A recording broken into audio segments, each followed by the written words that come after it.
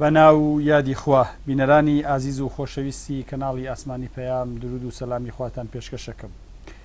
زۆر بەختەوەرین کە بۆ جارێکی تر لە یەکێ لە شارەکانی ڕۆژهەڵاتی کوردستان بە خزمەتی ئێوەی ئازیز و خۆشەویست دەگەین.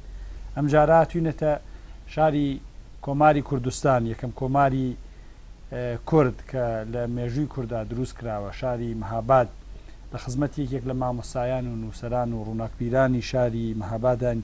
جنابی مامۆستا ئەبوو بەکری محەممەد کەریمیە. ماسەگیان سڵاوت عەرز دەکەین و سپاسی جەنابەت دەکەین کە دەرفەتی پێدا بە خزمەتی خۆشەویست بکەین. وعليكم السلام ورحمة الله. منش بخيرات وعرز دەکەم و زۆر بەخێرن إن شاء الله هەمیشە هەر شاد و خۆش بن و لە هەموو بەڵایەک بەدوور بن. سپاس جەناب. ماسا پێمان خۆشە زیاتر خۆتان لە زمانی خۆتانەوە خۆتان بە بینەران بناسێن و بیوگرافیکی خۆتان ناسێن. بەڵێ ئەمن مەلا ئەبوو بەکری محەممەد کەریمی دانیشتووی شاری مەهاباد. بڵێن لە ساڵێکا لە دایک بوون و لە چ بنە ماڵەیەک و دەستان کە بەخێن بۆ مێژووی خۆتان بدەن. ئەڵبەتە من لە منتیقەی بۆکان لە دی مەڵالەر کە لە سەرجادەی بۆکانە لەوێ لە دایک بووم ساڵی 1328 پاشان هاتوینەتە مەهاباد و ماوەی 3 ساڵش لێرە ماوینتەوە. لێرە شەروە سەرەتای خوێندنی پارسیوانەمان لێرە دەست پێ کردو بۆ ماوەی 3 ساڵ کە لە مەدرسەی ئێرەدا من خوێندومە. لە ساڵی 1342 شەمسی چوومەتە حوزرەکان بە عینوانی قوتابیەکی علومی دینی دەستم بە خوێندن کردو. ماسەکیە مشەوقتان بوو لێ کە بڕۆ نەخوێن؟ وەڵا هەروەخم بنە ماڵەی خۆمان تەشویقیان کردوم و باوکم مامۆستانە بۆ بەڵام پیاوێکی زۆر متەدەین و خوددا ناز بووە، پیاوێکی زۆر مسلمان بووە. هەر لە وەکو دەژێڕنەوە لە کاتی هاتنە دنیای منەوە وەسیەتشی کردو حتا کە ئەمن بخوێنم خوێندنی دینی. سەرەتای خوێندن لای کێ دەست پێ کردن؟ سەرەتای خوێندنی عەرەبیەکەم لای مامۆستایەک بە نێوی مامۆستا مەلا محەممەدی ئەبوو بەکری لە منتیقەی شنوۆیە. دوایە چوومەتە منتیقەی مەرگەوەڕ تەرەفی ئورومیە لەوێ بووم و هەروەها لە منتیقەی سەردەشتێژ لە دێی بێژوە کە ئێستێ پێ دەڵێن ئیسلاماباد لەو دێی لە خزمەت مامۆستا مەلا ساڵحی بێژوێ کۆتاییم بە خوێندنەکەم هێناوە و لەوێش گەواهی ئیفتا و تەدریسم وەرگرتووە. ماسا ئەو کاتی کە جەنابەت دیارە ینی فەقێ یەکێک لە دەبی فەقێ گەڕاندنە ینی زۆر ئەگەڕن. بەڵێ بەدەمەوە هاتن و استقباڵی خەڵک لە فەقێ لەو سەردەما چۆن؟ زۆر باش بوو. یعنی خەڵک زۆر بە چاوێکی محتەرەمانە و خۆشەویستانە تەمەشای فەقێ و مامۆستای ئاینیان دەکرد و ئەکسەری دێهاتی منتیقەی کوردستان حتا دێشی هەژنۆدە ماڵی وا دەبوو حوزرە و فەقێ لێ بوو. حوزرە و فەقەی هەبوو و زۆریان خزمەت بە فەقییان کردو ویان بە خێرێکی زۆر عەزیم و گەورە و لە لایەشی دیکەوە بە ئیفتیخار و شانازیەوە ئەو خزمەتیان کردو بە فەقییان. هیچ بیرەوەریەکی خۆش هەیە لە محەبەتی خەڵک؟ وەڵا جا هەمووی هەر محەبەت بووە ئەوە کە ئەمە ماوینێتەوە لە نێو فەقییان ئەومانەوەمان و ڕۆژ بە ڕۆژێش کە زیاتر شەوق و عەلاقەمان پەیدا کردووە هەمووی بەخاتیەوە کە خەڵک استیقبالێکی گەرمی لە حوزرە و فەقێ و مەلاو ئەوانە بووە. ماسا وەکو پێشی ئاماژەت پێدا باسی بنە ماڵەت کرد کە لە ماڵەوە جەنابەت تەشجیعیان کردی بۆ خوێندن. بەڵێ خانەوادە ئەتوانێت چنێک تەئسیرگوزار بێت، چنێک کاریگەر بێت لەسەر ئەوەی کە مناڵ بڕاتە خوێندن و ئەم ڕێگە و ڕێبازە ئیسلامیە نەفەوتێت. بەڵێ جا هەر زیاتر بنەماڵەکانن کە لێرەدا تاسیریان هەیە دەتوانن منداڵەکانیان بۆ خوێندن و بۆ هەر کارێکی موسبەت و باش هان بدەن. هەر خانەوادەکان لە پێش هەموو کەسێکی دیکەدا دایک و باب ئەترافیان ئەوەی کە زانابن بە ئیستیلا زانستێکیان هەبێ لەو بوارەیەوە حتمەن ئەوانە تەشویق دەکەن، تەرغیب دەکەن. لێرەوە جەنابەت هیچ پەیامێک هەیە بۆ خانەوادەکانی ئێستا؟ وەکو دیارە بڕێک ئەو گەشە و نەشەی زوو نەماوە لە خانەکانە. ئەرێ وەڵام متاسیفانە ئێستا زۆر حوزرەکان کەمبوونەتەوە یعنی حتا دەتوانم بەڵام 90% حوزرە و فەقێوانە نەماون کە جاران وەکو لە پێشدا باسم کرد حتا دێیەکی زۆر چکۆلە فەقێ هەبوو حوزرەی هەبوو مامۆستای ئاینی هەبوو کەم وابوو دێ فەقێ لێ نەبێ حوزرەی لێ نەبێ ئەمما ئەلئانەکانیە زۆر بە کەمی هەڵدەکەوێت کە دەیەک فەقێ هەبێ بەرعکسی و پێش وەڵا زاهۆکارەکانی زۆر شتن ئەمە ئەوەی کە زۆر پیاو دەیبینی ئەوەیە کە فەقێکانمان ئایندەیەکی ڕووناک نابینن بۆ خۆیان بەعزە نابە سامانێک دەبینن ناملایماتێک دەبینن بەنیسبەتی مامۆستاش هێندێک کەس کە سارد و سوڕن و حتا ممچینە ئەو تەرزەی لازم بێ تەوەجوه ناکەن ئەوە یەکێکە لە عامیلەکانی و وەزعیەتی ڕۆژە دیسانەکانی کە مرکز و محلێکی ئاوان نییە بە جوانی تەمینی فەقێکان کاوە حتا ئیمامۆستاکان کە فەقەکان هیزی مامۆستاکانش کە لەباری مەعیشەت و ژیانەوە وەزعیەتیان زۆر ناخۆشە ئەوە زۆر تەئسیری هەیە لەسەرەوەی کە فەقێ نەبێ حوزرە نەبێ ئەوانە زۆر موئسیر ماسا ئەم وتانی جەنابێت یعنی نوعێک خەم و ناڕەحەتی پێوە دیارە بەڵێ ئایا ئەکرێت ینی دەستخرێتە سەردەست و هەروە وێڵ کرێنی بڵێن بە یا جەنابێت چ شتێک لە بیرۆکەیەک لە زیهن تا هەیە ئەوەی کە بتوانین جارێکی تر کوردستانی ئێمە ئەو گەشە و نەشە بە فەقێ و بە حجرەکان و وەڵاهی دەبێت لێرەدا هەم مامۆستاکان هەم خەڵکەکەی ئێمان خەڵکەکەمان وشیار بنەوە ئەغیار بنەوە کە ئەو وەزعیەتێکی زۆر ناخۆشە و ممچینە لە ئایندەدا زۆرش وەزعەکە ناخۆشتر بێ لە ئێستێ ئەگەر ئاوە کەمی بێنێ حوزرەکان فەقێ نەمێنێ مسەلەم مامۆستاش هەر نامێنێ کە مامۆستاژ نەما دیارە ئەو مزگەوت توشتەش هەر بەرەو تاعتیری دەچێت چون مزگەوت بە مامۆستاوە ئاوەدانە لێرەدا دەبێت هەردووگلا هەم مامۆستاکان هیممەتیان هەبێت تەشویق و تەرغیبیشی خەڵکەکە بکەن و تەفهیمیان کەن کە خەتەرە لە ئایندەدا ئاوە ئێمە بچینە پێشێ و تەوەجوویەکمان نەبێ و هەم خەڵکەکەی خۆشمان دەبێت زۆر دڵسۆزانە ئاگاهانە بێنە پێشێ بزانن کە وەزعیەتەکەمان بەرەو چۆ دەچێشتێ و بەرەو چۆ دەچیە کە ئەوە خەتەرێکی زۆر مهممان لە پێشدایە تادیدمان دەکا بە حقیقەت بەرە و هەڵدێرێکمان دەبە خەڵک شاد بەعزێکیان دەروکەندنا ڕەنگە بەشی زۆریان دەرچی ئەو مەطلبە نەکەن ئەگە چێمە لە وتارەکانی خۆماندا زۆر جاری شارەمان بەوە کردووە بە تایبەت کە مامۆستایەک فەوت دەکا و جێگاکەی دیارە و ساڵەهای ساڵ کە خزمەتی کردووە لانش تەمەشادەکەی ئەو تەرزەی لازم بێ جێگاوی پڕ نەکراوەتەوە ئەوانە دەبنە باعیسیەوەی کە خەڵکەکە بڕێک بۆ خۆ بێنەوە و شار ببنەوە. جناب دۆکو مۆسا ئەبوبەکری محەممەد کەریمی مۆسایەکی بەناوبانگ لە وڵاتی کوردستانەوە بە تایبەتی لە شاری مەهاباد چیت کردووە بۆ ئەم داڵدە و ئەم خەمەی کە لە دڵتان وەڵاهی زۆر جار لە مەراسی و مناسبەتهای زۆرا و زۆردا کە هەڵکەوتووە ئەو وەزیفەیەمان ئەنجام داوە کە فقط وتارەتوانێ ئەخەجامە هەر وتارەکەمانەیە مەسەن لە بواری دیکەوە پێم وایە توانایەمان نییە مەسەن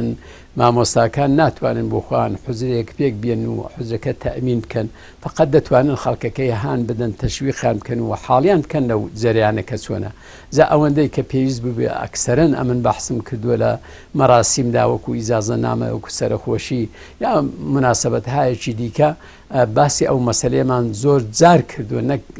جارێک و چەند جار زۆر جارمان باس کردووە کە خەڵکەکەمان متەوەزی کردووە سرنجمان ڕاکێشاون بۆ ئەوەی کە زەرورەتی هەیە ئەوڕۆ ئاور بدەینەوە سەر ڕابردوو خۆمان کە سوۆن بوون و ئەلئانش کە سوۆنی و ئەوەش کە مەسەڵەن ئەو خەڵکی ئێمە ئاوە دەوامی هەبوو و بەقای هەبووە لەسەر دینەکە و لەسەر اعتیقاداتی خۆیان هەمووی دەلیلی مامۆستاکان یعنی مامۆستاکان بوون کە ئەو کاریان توانی هەبوو بکەن وەختێکش مامۆستا لە مەیداندا نەما مسلمەن ئەوەش وردە بەرەو خامۆشی دەچێت. خۆتان وەکو مامۆسایانی ئاینی یعنی هیچ هەوڵێکتان داوە ینی مەسەڵی سەر مامۆستا ئەگەر تماشا بکەیت لە زۆرێک لە وڵاتانی دواکەوتوو کە خوێندن و ئاستی خوێندن لە ئاستێکی پایینایە یعنی ئەو وڵاتانە مامۆستاکان ینی معلمی مەدرسەکان ئەوەن دێهاتەکان ماڵ بە ماڵ ئەگەڕێن خەڵ ناونووسیەکەن بۆی کە بێن بخوێنن ئایا ئێوەکو مامۆستایان هیچ فکرتان نەکردوتۆ لەوەی کە خۆتان وەکو جنبشێک وەکو یەکێتیەکی مامۆستایان دروست بکەن کە حەدی ئەقل ناوخۆتانە ئێمە زۆرێک لە مامۆساکان کوڕەکانی خۆشیان یعنی خانەوادە ئەبێتەشی ینی ئەگە هەر مامۆسای کوڕەکەی خۆی بنادایەتە جێگەکەی خۆی ئێستا جێگەکان خاڵی نە وەزیەتی کوردستان ئاوای بەسەر نەهات و نەزانی ینی خەمساردیەک نبینی بە مامۆسایان و بڕێک با هەیە نەکەرەنان لە قدیمیشەوە ئەوە هەبوو بە نیسبەتی بەعزە مامۆستایەک ئەلبەتە کە مەوقعیەتی باشیان هەبووە فرسەتیان هەبووە هەلی چاچیان بۆ هەڵکەوتووە ئەما بەداخەوە ئەوانش تەوەجویان بۆ مەسەلەیە نەکردووە هەر ئەوە کە دیتیویانە مەسەن وەزعیەتی ژیانی خۆیان و ئەوەی کە لازمە تەوەجویان پێ ناکرێ لەو نەزەرەوە نانویستەوە کوڕەکەشیان بێ تەجێنشینی خۆیان و سبحانیوە بێت دەو مەقام و وەزیفەیەوە لەناستیا من بۆ خۆمەوە نزیک بە 45 ساڵە کە ئەمن مەلایەتی دەکەم الحەمدولله لەو ماوەیەدا هەمیشە حوزرەمان بووە فەقێمان بووە و حتا لەو ئاخریانشدا کوڕەکەی خۆم کە سەعیم کردووە الحەمدولله شایستەجی مەلایەتی هەیە کردومە بە مەلای یەکێک لە مزگەوتەکانی ئێرە مۆسا ساڵ بڕۆینەوە بۆ کاتی خوێندنەکەت بەڵێ ساڵی چەندێ خوێندنت تاو کرد من ساڵی 42 کە چوومە نێو فەقێیان ساڵی 51 خوێندنەکەم تەواو کرد ئاخری 50 خزمەت مامۆستا مەلا ساڵحی نەزیبی بێژوی لەماوەی ئەو 12 ساڵا کە خوێندنتان کردووە بەڵێ یعنی جەنابەت لە کامێک لەو مامۆستایانە زۆرترین کاریگەریت وەرکردووە وەڵڵاهی جا ئەلحەمدولله مامۆستاکانی کە من لە خدمەتم خوێندوون هەمویان پیاوی ساڵح و باش بوون باسەواد بوون هەروم دیتنی خۆیان بۆ خۆی مشەویق بوو بۆ ئەوەی کە ئەمە ئیدامە بە خوێندنەکەمان بدەین و سەعی تەلاشی خۆمان بکەین و لە بینی مامۆستانشدا مامۆستا مەلا محەممەدی وەرزی کە عالیمیکی زۆر گەورە بوو دانشمەندێک بوو تقریبا لای ئاخرەکان کە لێ بووم وە بە دوایویشدا کە بۆ ئیزازە نامەی مەلایەتی چوومە خزمەت مامۆستای بێژوێ ئەویش هەر پیاوێکی زۆر زۆر گەورە بوو حتا فەقی لە ئێران و لە عێراق ئیزازەدا بوون کە مدەتێک لە گەناوی عێراقی بۆ لێوەش تەدریسێکی باشی کردبوو و لە دوایشدا کە هاتبووە بێژوێ باس هەم لەوێژ نزیکەی 6 نەفەرێکی فەقێ ئیزازەدا بوو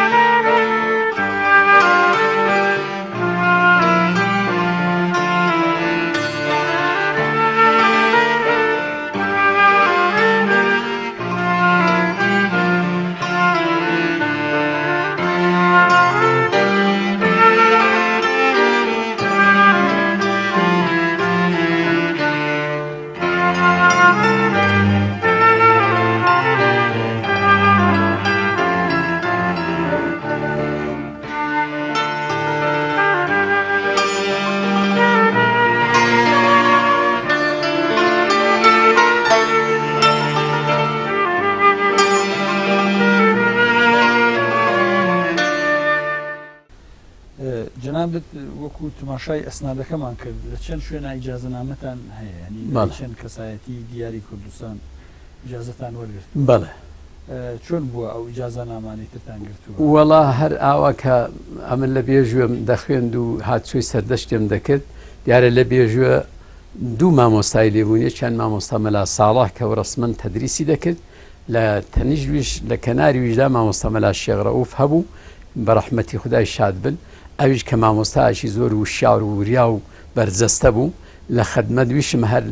لە حاشیە و کەنادا دەرز دەخوێت ئەویش هەر ئیجازەنامەی بۆ نووسیمەوە دوایی کە هاتمە سەردەشتێ ئەو ئیجازەنامەی کە لێرەشە مامۆستا مەلا عەبدوڕەحمانی سیسێری کە مامۆستایەکی زۆر باش و بە تەقوا و پیاوێکی زۆر مؤمین بوو ئەویش هەر بۆ خۆی پێشنیهادی کردی پێم خۆشە منیش ئیجازەنامەیە کرد بۆ بنووسمەوە بە دوای وانشدا کە من هاتم چوومە سەقز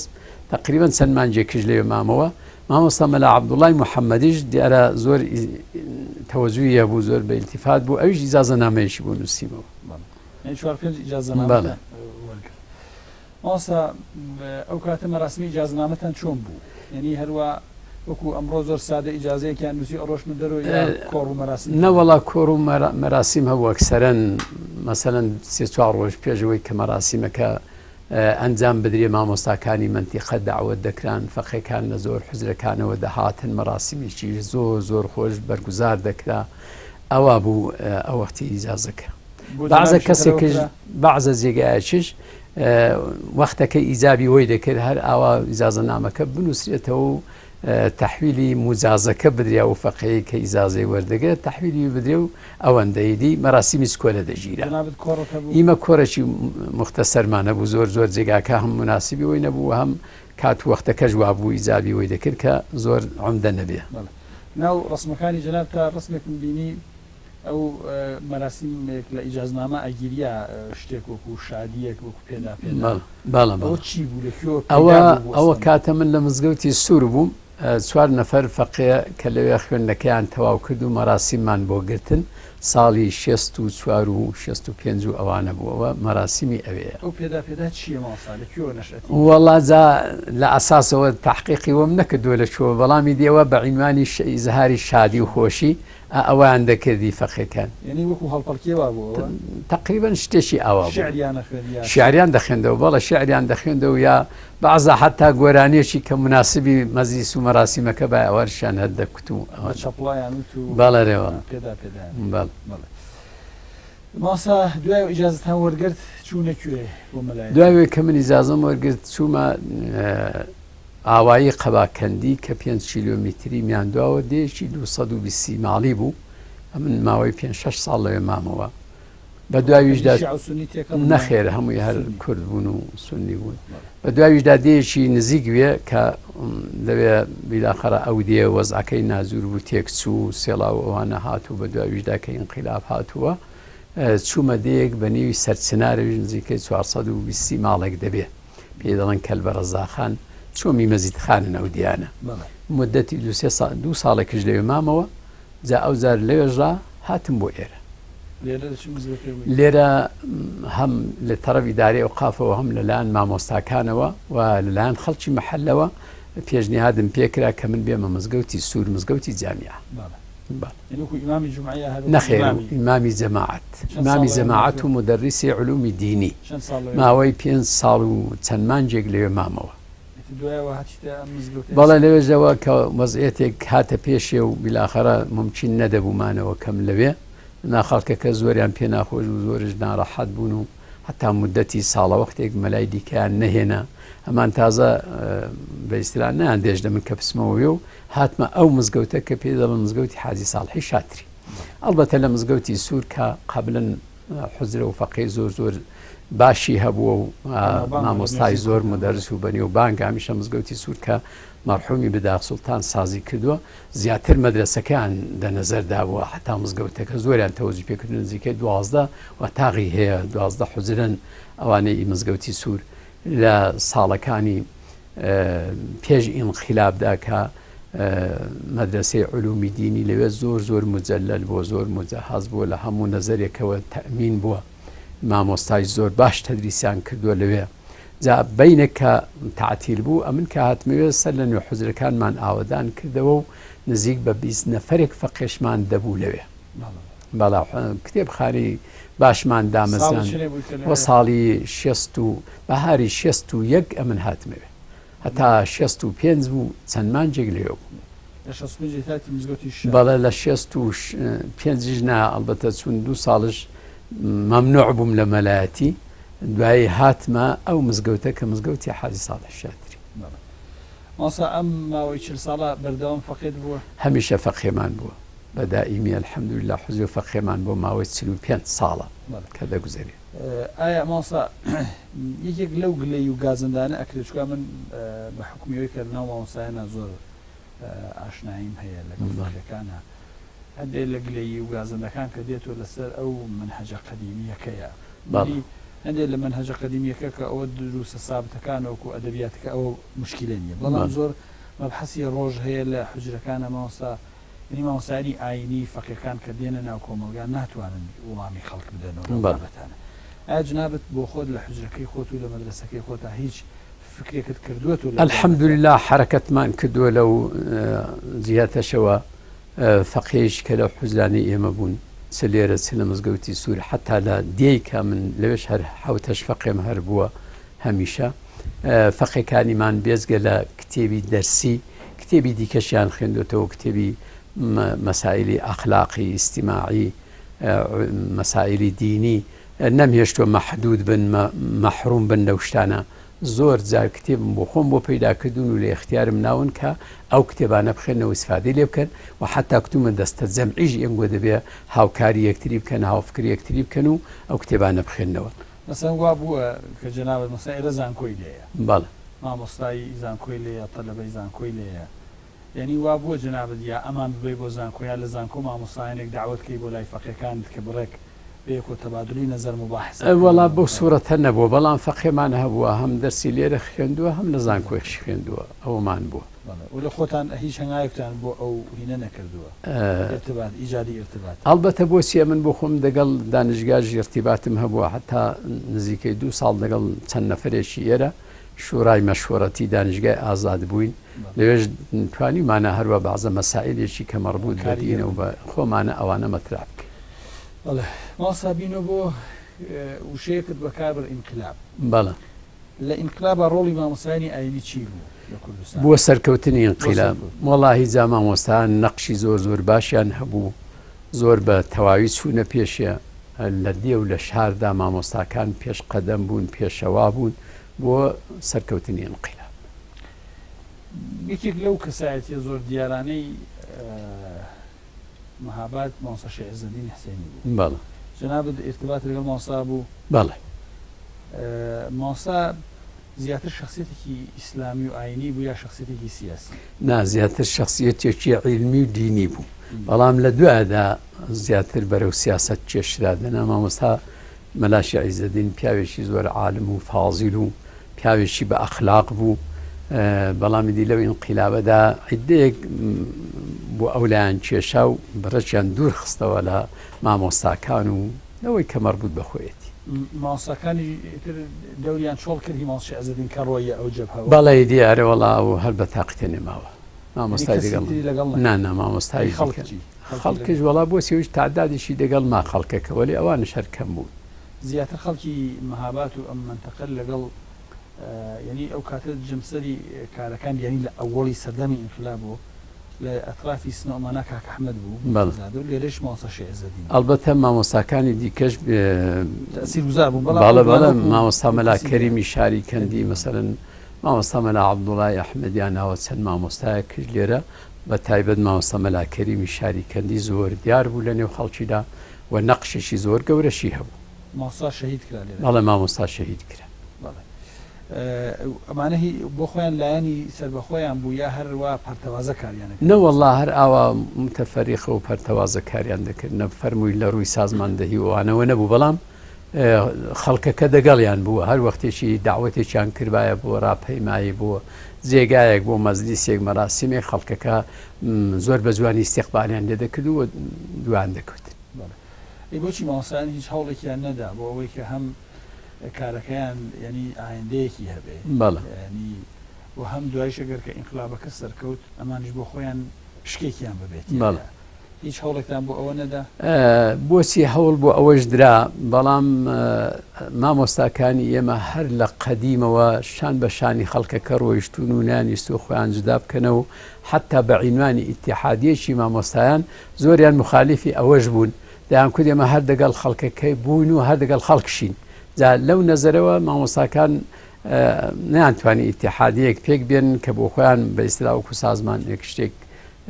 تەشکیلی بدەن ئەو شعارە شعاری مامۆستاکان بیا ئەو خەڵکەکەی جواب بوو هەر لەگەڵ ئێوە بوون خەڵکەکە بەڵەیە زۆری دەگەڵ مامۆستاکان بوون بەشی زۆری لە ئەوەڵی ئینقلاب و لە پێش ئینقلابدا و دەگەڵ مامۆستاکان بوون مامۆستاکانیان بە عینوانی ڕەهبەر و ڕەهنمای خۆیان ناسیوە هەمیشە وەکو ئاماژەیەکتاندا هەروە گوزەرا بە ناو مامۆستا مەلا کەریمی شاری کەندی ئەگەر بکرێت زیاتر چکە مامۆستا مەلا کەریم زۆر بە حکومیەوەی کە زۆر دەوامی نەبوو کارەکەی زوو شەهید کرا کەمتر ناسراوە بکرێت جەناب لێرە ئێمە هەروە کەوانێ بکەین و زیاتر تیشکی خەینە سەر مامۆستا مەلا کەریم کیە بوو فکری چی بوو بە دوای چیا بوو ئەز دەکەم ئەڵبەت مامۆستا مەلا کەریم بووە ئەو شارە و بووە شارەکانی دەوروبەر و مناتیقی مکریان و ئەوانە بە تەواوی ناسرا بوو، هەموو کەس دەیناسی نێوبانجێکی زۆری هەبوو موچینە لە وڵاتەکانی دێ وەختی ئاوا ڕەسانەیی نەدەکراوانە بە خاتری ئەوە بووە دەنان نەخێر پیاوێکی ناسرااو بوو، پیاوێکی زۆر عالم بوو، زۆر زانا بوو، پیاوێکی زۆر بەوی قار و بە شخصیت بوو، شخصیەتێکی علمی گەورەی هەبوو، حتا ارتیباتی دەگەڵ جامیع الازهری میسری هەبوو، مکاتەباتی هەبوو دەگەڵ دانیشگای تاران دیسان مکاتەبەی هەبوو، لێرە لە مەدرسەکاندا دەرسی دەکتەوە، لە حوزرەی مزگەوتی سوودا دەرسی دەکتەوە، پیاوێکی زۆر زۆر زانا و تێگەیشتووە لە عینی حاڵدا زۆر متعاهد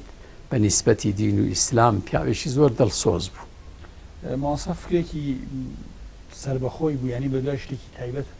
کاک ئەحمەد بۆ خۆی فکرەیەکی بوو. بەڵێ مامۆستا شێخ عەزەدینێتی تقریبا لەم ئاخرەوەش بۆ خۆی فکرەیەک بوو. بەڵێ ئایا مامۆستا مەلا کەریمیش فکرەیەکی بوو یا نا ئەو فکرەی ئەوان هەیان بوو نەخێر ئەو فەقەت فکری ئەوە بوو کە خەڵکەکە ڕێک و پێک بێ و خەڵکەکە متتەحید بێ و ئەو خدمەتێکی لە باری دینەوە لە دەستی دیا لە باری فەرهەنگیەوە بە خەڵکی کرد، واقعان زۆر خدمەتی گەورەشی کرد، دروستە ماوەکەی کەم بوو، ئەمە خزمەتی یەکجار زۆر بوو، هەم لە باری فکریەوە هەم لە باری فەرهەنگیەوە لە باری عیلمی و دینی و ئەخلاقی. چۆن شەهید کرا مامۆستا؟ تقریبا ڕۆژی دووەمی ساڵی 61 بوو فەروەردین بەڵێ لە مزگەوتی مەولەوی کە پێشنوێژی وێ بوو، عەرز بکەم کاتی بانگی نیۆڕۆیەکە نوێژەکەی کردبوو، ئەلبەتە من کە حوزورم نەبوو، نوێژەکەی دەکا و دێتە دەرێک کە بڕاتەوە لە کەوشکەنی مزگەوتێ لە بەرهێوانی مزگەوتێ نەفرێک کە لەوێ دەبێ یارە مامۆستاکان حیز وەخت نیگابانیان نەبوو، محافیزیان نەبوو بە دەلیلەوەی کە هەمیشە خزمەتیان کردو، زەحمەتیان بۆ کەس نەبوو، زۆر ئەمین بوون لە خەڵکی، پیانوا بۆ خەڵک هەموو هەر پشتیوانیانە، پیانوان نەبوو هیچ وەختێک ئینسانێکی ئاوا قەستی خراپەی هەیە دەگەڵ یەک نەفەر ئەویش مامۆستایشی وەکو مامۆستا مەلا کەریم بەداخەوە کە مامۆستا لە حاڵی کەوژ لە پێکردندا دەبێ، ئەو نەفەرە دەمانچێ پێ دەبێ و بەڵێ تیرەندازی دەدەکا و شەیدی دیار بوو نەفەرەکەکیە خەڵک دوایی بۆیان معلوم بوو بەڵێ لایەنێکی سیاسی بەڵێ لایەنێکی سیاسی. بەڵێ دوای شەهیدبوونی مامۆستا مەلا کەریم مامۆستاکان نەکەوتنە فکری ئەوەی کە ینی بڕێک چڕ و پڕتر و بڕێک منسەجمتر کار بکەن بە سوورەتی تەشکیلاتی نا، بە سوورەتی تەشکیلاتی و ئاوە سازماندەهی ئەوانە بێ نەخێر، وەلە ئیدی دیارەوە تەزەکورێک بوو، هوشدارێک بوو بە هەموو مامۆستاکان کە زیاتر تەوەزوو بە خۆیان بکەن و وەزعیەتی خۆیان دەنەزەر بگرن، ینی لەباری ئەمنیەت و ئەوانەوە و دوژمنەکەی خۆیان بناسن و بزانن چێ دوژمنیانە و کە بە حەقیقەت مامۆستایان ئێمە لە قەدیمەوە هەر ئاوا بووە کە چون هەمیشە لە نێو خەڵکدا بوون و خزمەتیان بە خەڵکی کردووە، قەت چاوەڕوانی ئەوانیان نەبوو یەو شتانە کە ڕۆژێکی ئاوا دێتە پێشێ بۆیان. مامۆستا کۆتایی بە کاتی ئەم ئەڵقەی بەرنامەکەمان هاتی، ئینشاءالله لە ئەڵقەیەکی ترا بە خزمەتەگەینەوە درێژە بە بابەتان ئەدەین. محفوظ بن ئینشاءالله، ئاش دەکەم محفوظ بن، موفق بن، سەرکەوتوو بن ئینشاءالله. بینەرانی عەزیز و خۆشەویست، تا ئەڵقەیەکی تر لە خزمەتی مامۆستا ئەبوبەکری محەممەد کەریم لە خزمەتی ئەوەی خۆشەویستەگەینەوە تاو کات هەموو لایەکان بەخوای بەرزی بێ هاوتا سپێرم کە هیچ کاتێک ئەسپەر لە زایە ناکەن.